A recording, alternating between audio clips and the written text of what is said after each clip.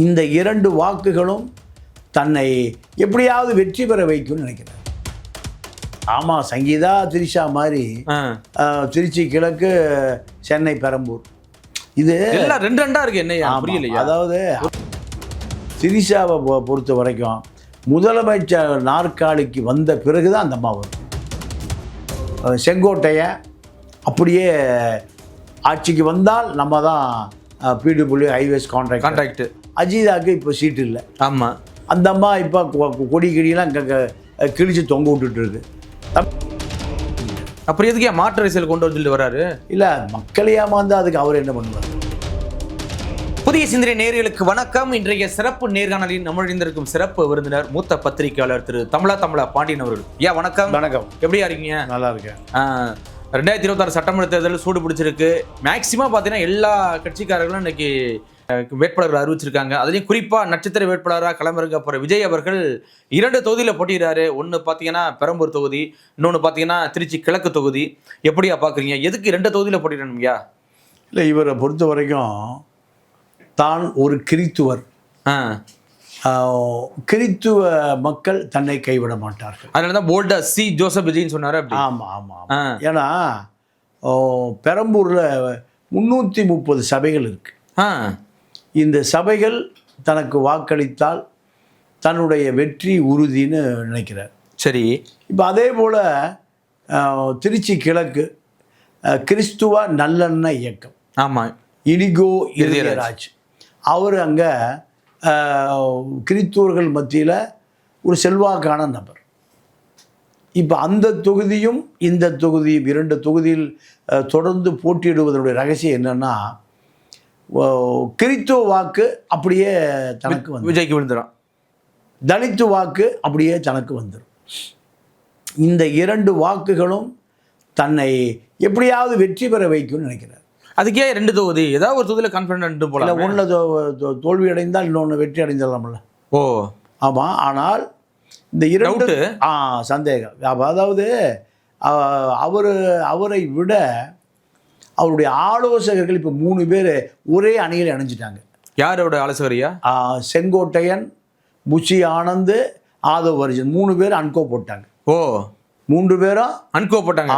எப்படி அடிச்சுக்காம இருப்போம்னா எப்படி? ஆமாம், நாம் 3 பேர் அடித்து கொண்டால் புது ஆள் உள்ளே வந்துடுவோம். ஆமாம், நாம் 3 பேரும் ஒற்றுமையாய் வர்ற கலெக்ஷனை பிரிச்சுக்குவோம், ஷேர் பண்ணிக்கலாம்.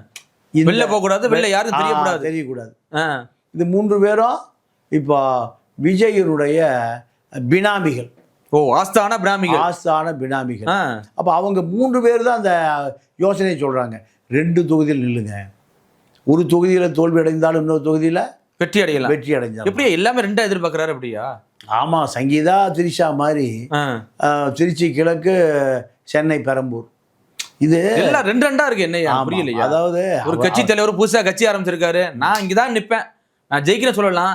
இங்கிட்ட ஒரு பக்கம் அகலக்கால வைக்கிறாரு, இங்கிட்ட ஒரு பக்கம் அகலக்கால வைக்கிறாரு. என்னதாயா காரணம்? இல்லை, அவரை பொறுத்த வரைக்கும் மக்கள் இப்படியாவது தனக்கு ஒரு 15% வாக்கை இந்த தேர்தல் நிரூபிச்சிடலான்னு ஒரு நம்பிக்கை வந்துருச்சு.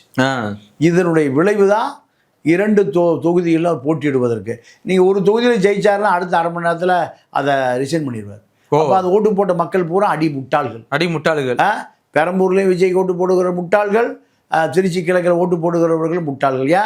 ஏதோ ஒன்று ஜெயிச்சா மறுபடியும் பை எலெக்ஷன் வரும். மறுபடியும் யாராவது ஒரு வேட்பாளர் ஓட்டு போடணும். மக்கள் வரி பணம், உழைப்பு, அரசு அதிகாரி, வண்டி வாகன போக்குவரத்து, இதெல்லாமே. ஜெயலலிதா இருக்கிற பொழுது 2 தொகுதி, 3 தொகுதி, 4 தொகுதி, அந்த ஆலோசகர்கள் அன்னைக்கு விஜய்க்கு இன்றைக்கு சொல்லுகிற ஆலோசகர்கள் தான் அன்னைக்கு யாருக்கு சொன்னாங்க? ஜெயலலிதா அவர்களுக்கா? இப்போ இதே நிலைமை தான் விஜயை பொறுத்த வரைக்கும். இப்போ ஒரு பெரிய கான்ட்ராக்டர். யார் அது? RS முருகன். இந்த RS முருகன் எடப்பாடி ஆட்சி காலத்தில் திருநெல்வேலியில் பெரிய கான்ட்ராக்டர். என்ன கான்ட்ராக்டரியா? பிடபிள்யூ ஹைவேஸ் ரோடே போடுறதில்லை, பிடபிள்யூ கட்டடமே கட்டுறதில்லை. ஆனால் பில்லு மட்டும் வந்துடும். எடப்பாடி நெருக்கமான நபர். இந்த RS முருகன் செங்கோட்டையை தொடர்பு கொண்டையோ, நீ நம்ம கட்சிக்கு வந்துடுறியா, திருநெல்வேலி நீதாய எம்எல்ஏ, திருநெல்வேலி கீழே இருக்கிற ரோடெல்லாம் போடாமே பில் எடுத்துக்கலாம், பில் எடுத்துடலாம், கட்டடம் கட்டாமே பில் எடுத்துக்கலாம், பில் போடாமே பில் போட்டாங்க. அதே மாதிரி அப்போ 50 கோடி ரூபாய் டொனேஷன் கொடுத்துருக்காரு விஜய்க்கு. 1000 கோடிக்கு சொத்து மதிப்பு உள்ள இந்த RS முருகன் விஜய்க்கு 50 கோடி ரூபாய் கொடுத்த பிறகு திருநெல்வேலிக்கு அவர் தான் MLA. கட்சியில் சேர்ந்து 3 நாள் ஆச்சு. அதிமுகவில் பல பேர் விஜய் கட்சியில் இணைந்து ரெண்டாவது நாள் 3வது நாளில் அத்தனை பேருக்கு சீட்டு. முன்னாள் சபாநாயகர் பையனு கூட சீட்டு போலையா? எல்லாருக்கும் சீட்டு.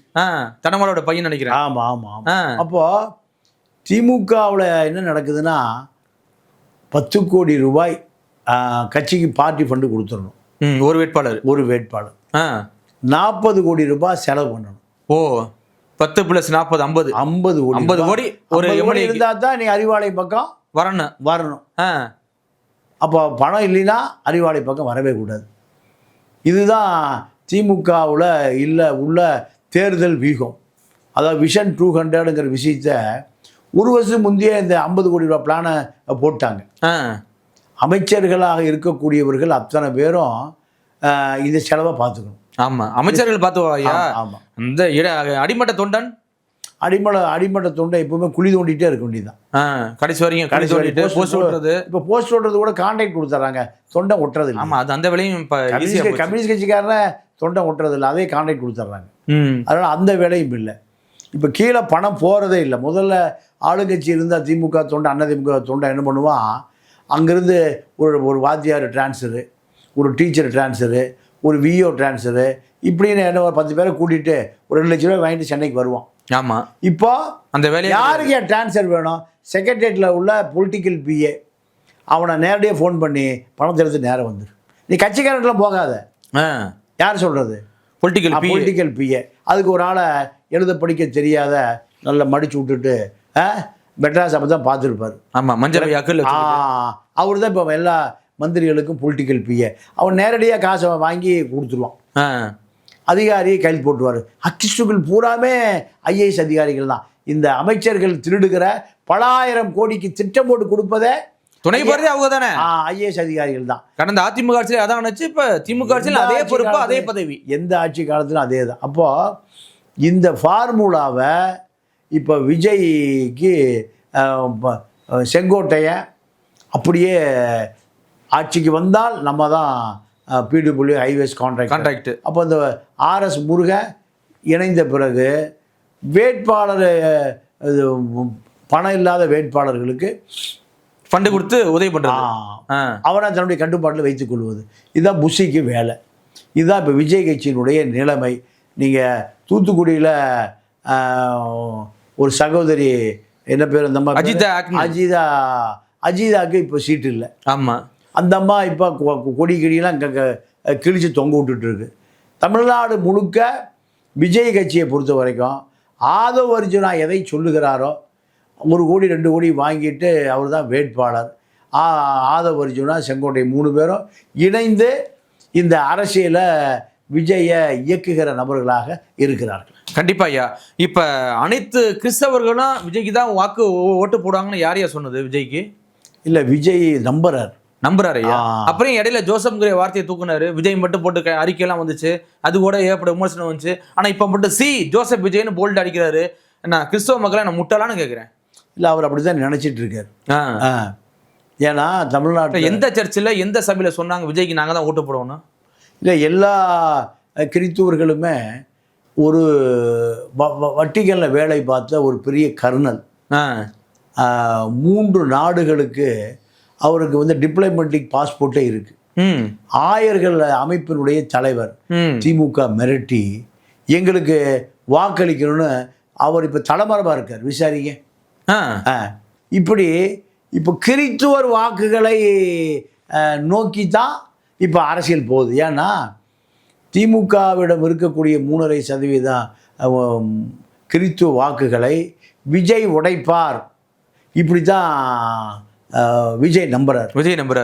யாரோ தப்பாக சொல்லி கொடுத்துட்டாங்க. யார் தப்பாக சொல்லி தப்பான ஆட்கள் தான். ஆமாம், ஆதவ் அர்ஜுனா, செங்ஸு, புஷி ஆளு பாருங்க. இந்த 3 பேர் தான் விஜயனுடைய மூளைகள். இப்போ ஜான ஆரோக்கியசாமியா, அவர் வந்து முன்னாடி வரமாட்டார். இந்த கூட்டணியை உடைக்கவே முடியாது.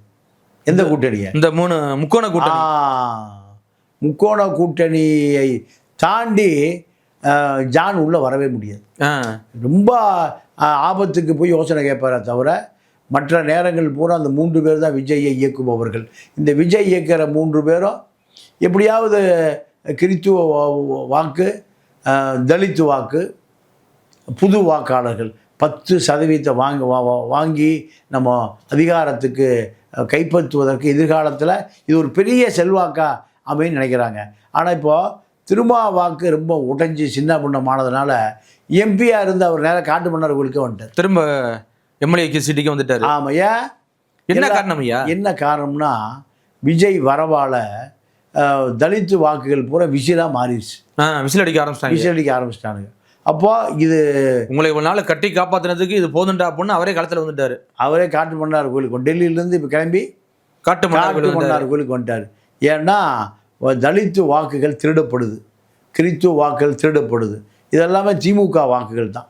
ஆமாம். அப்போ திமுக என்ன சொல்கிறான்? இல்லை, ஒருவேளை திமுக பிளான் பண்ணி கொடுத்துருப்பாங்களே ஐயா, திருமாவர்களே நீங்கள் வந்துடுங்க, இங்கே வாக்கெல்லாம் நிறையா வந்து தாவேக்கா பக்கம் போகுது அப்படின்னா. இல்லை, திமுக சொல்லித்தான் இப்போ அவர் எல்லாமே செய்கிறாரு. திமுக தாண்டி யோசிக்கிறதே இல்லை. அவரே ஒரு திமுக அப்படின்னு மக்கள் நினைக்க ஆரம்பிச்சிட்டாங்களா? தெரியலையா? இல்லை, நீங்கள் தான் சொல்கிறீங்க திமுக தான் சொல்லி கொடுக்குதுன்னு சொல்கிறீங்க. அப்போ அவருக்கு எதுவுமே தெரியாதா? இல்லையா, இப்போ நீங்கள் எம்பியாக இருக்கவர் திடீர்னு பார்த்தீங்கன்னா காட்டுமன்னார்குள்ள எம்எல்ஏ சீட்டுக்கு வராயா? அவர் யோசிக்க மாட்டாரா? யோசிக்க தகுதி அவருக்கு இல்லையா? திமுக சொல்லி கொடுத்தா தான் திமுக காப்பாற்றணுங்கிற அவர் முன்னிலைப்படுத்துறாரு. திமுகவை காப்பாற்றுவல, தன்னையே காப்பாற்ற முடியல. தன்னைவே காப்பாற்ற முடியல. அத்தனை பேரும் விஜய் கூட போயிட்டான்னா இவருக்கு நிற்கிறக்கே ஆள் இல்லை. கண்டிப்பாக. இப்போ அவரே கவலைப்படுறாரு. இப்போதான் கட்சி அங்கீகாரம் சின்னம்லாம் கொடுத்துருக்காங்க. ஆமாம். இப்போ கடைசியில் இந்த தேர்தலில் திமுக தோற்கடிக்கப்பட்டால் சிறுத்த ஓட்டு திமுகவுக்கு போகலைன்னு தான் எடுத்துக்கணும். உண்மைதான். ஆமாம். இதை தெரிஞ்சுதான் வாக்கு இருந்தால் தான் திமுக சேர்த்துவான். அதானே, வாக்கு இல்லைன்னா திமுக எப்படி சேர்த்துவான்? கண்டிப்பாக. அப்போது திமுக சொல்லி திரும்ப செய்கிறாருன்னு கேட்குற அளவுக்கு அவர் நிலைமை மோசமாக போச்சு. ஆமாம். இப்போ நீங்களே சொல்கிறீங்களே திமுக சொல்லித்தான் அவர் செய்கிறாரா? ஆமாம். அவர் ஒரு கட்சி தலைவர் எம்பியா? இல்லை, சிட்டி. அதாங்க, அவருக்கு அந்த யோசனையே வராதான்னு கேட்குறேன். நேற்று வந்து தேமுதிகவுக்கு 10 சீட்டு கொடுத்துருக்காங்க. பாவம் காலங்காலமாக திமுகவுக்கு தூணா இருந்த திருமாவளவர்களுக்கு 8 சீட்டு. இது எப்படியா? அதில் ஒரு 5 சீட்டு கொடுத்தாலும் அங்கே தான் இருந்திருப்பார். எவ்வளவு? 5 சீட்டு கொடுத்தாலும் சிபிஎம்முக்கு கொடுத்து 5 சீட்டு கொடுத்தாலும் அங்கே தான் இருந்திருப்பார். அதை விட்டு போக மாட்டார். அதை விட்டு போக. அதுதான் அண்ணன் திரும்ப திமுகவை எப்படியாவது காப்பாற்றியே தீரணும். திமுகவை காப்பாற்றியே தீரணும். இப்போ அங்கே உடைத்து கொண்டு வெளியேறினால் இல்லை, விசிக்கு அங்கேயே தான் இருக்குது. 4 எம்எல்ஏ ஒரு எம்பி எங்கே இருப்பாங்க? திமுக அறிவாலயத்திலே இருப்பாங்க. அப்போ இதெல்லாம் உடச்சி பிறந்தா ஒரு மட்டும் தான் போகணும். இது இந்த நிலைமைக்கு வந்துவிடக்கூடாது என்பதற்காக தான் டெல்லியிலேருந்து எங்கே வர்றாரு? காட்டு மன்னார் கோயில். கண்டிப்பா ஐயா, பொறுத்திருந்து பார்க்கலாம் என்ன நடக்குதுன்னு. மிக்க நன்றி, வணக்கம்.